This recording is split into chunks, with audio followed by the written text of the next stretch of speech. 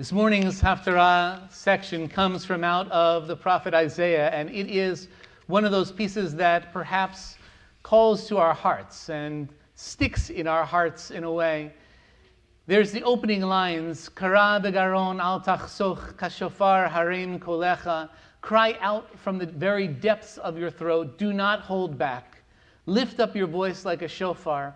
This line came to me just a while ago, a few weeks ago. I was listening to the radio on August 29th, and I was hearing the report of the families of hostages still held in Gaza who gathered on the borderline between Israel and Gaza and set up loudspeakers, enormous loudspeakers, pointed in the direction of their loved ones in Gaza to send them messages of hope and support and love.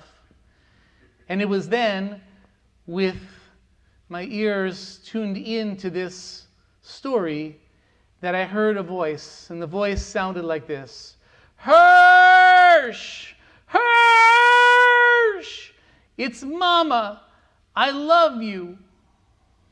It was, of course, the voice of Rachel Goldberg Poland, gathered with other parents, sending messages of love and support to their loved ones in the hope, in the prayer, in the realistic expectations that possibly not that far away and even underground, they might actually hear these words. And I pray and I hope that Hirsch heard those words. The absolutely heartbreaking reality is that this was just 2 days before Hirsch and 5 others with him were brutally murdered by cowardly captors. Anyone in the world with a heart has been moved over the last year by the strength and resolve and the bravery of Rachel and John Goldberg Poland.